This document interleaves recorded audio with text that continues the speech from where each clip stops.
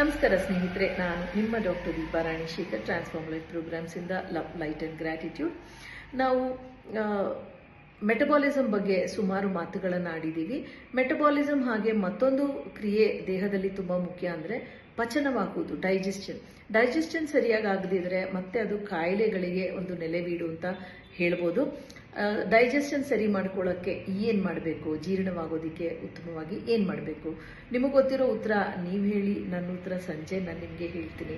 ಮತ್ತು ಆಧ್ಯಾತ್ಮಿಕವಾಗಿ ನಮ್ಮ ಸಮಸ್ಯೆಗಳನ್ನು, ತೊಡಕುಗಳನ್ನು ಪಚನ ಮಾಡಿಕೊಂಡು ಮುಂದೆ ಹೋಗೋದು ಹೇಗೆ ನಿಮಗೆ ಗೊತ್ತಿಲ್ಲ ಅಂತಂದರೆ ದಿವೋಹಂ ರಿಟ್ರೀಟಲ್ಲಿ ಇದ್ರ ಬಗ್ಗೆ ಸುಮಾರು ವಿಷಯಗಳನ್ನು ತಿಳಿಸ್ಕೊಡೋ ಒಂದು ಆಯೋಜನೆ ಇದೆ. ದಿವೋಹಂ ರಿಟ್ರೀಟ್ ಬಗ್ಗೆ ಕೇಳಿಲ್ಲ ಅಂದರೆ ದಯವಿಟ್ಟು ನಮ್ಮ ಆಫೀಸ್ಗೆ ಫೋನ್ ಮಾಡಿ.